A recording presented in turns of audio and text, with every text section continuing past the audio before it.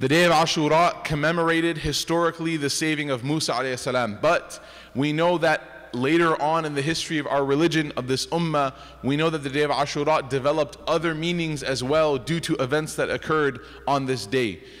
Most notably, the assassination and the martyrdom of Sayyidina Hussain radiallahu an. May Allah subhanahu wa ta'ala be pleased with him.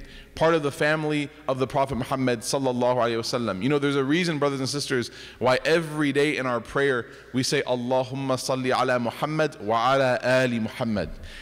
Wishing praise upon the family of the Prophet Muhammad ﷺ is not something that is new to this religion. It is not something that is unique to any sort of group in this religion, but this is something that all of us have been told. The Prophet Muhammad ﷺ, toward the end of his life, he told all of the ummah, please take care of my family. He said it 3 times, please take care of my family, please do not forget my family.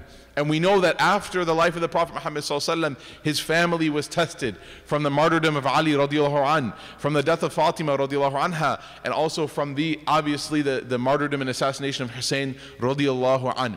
And so when we think of this day in history, we should not get caught up in the geopolitical debates of how people celebrate or commemorate or what actions they do. Rather, we should focus our emotion on connecting with the Prophet Muhammad sallallahu alaihi wasallam and his family. How would the Prophet sallallahu alaihi wasallam feel if he knew the trial and difficulty that his family went through after his passing? And then we ask Allah subhanahu wa ta'ala to bless his family for the trial and difficulty that they went through. And why did they go through that trial and difficulty? Was to uphold the sunnah of the Prophet Muhammad sallallahu alaihi wasallam, because they were holding on to his way and his method and his path so strongly, and they did not waver, that when it came time to choose either being tried and tortured or leaving and abandoning the sunnah of the Prophet Muhammad sallallahu alaihi wasallam, they stuck to it.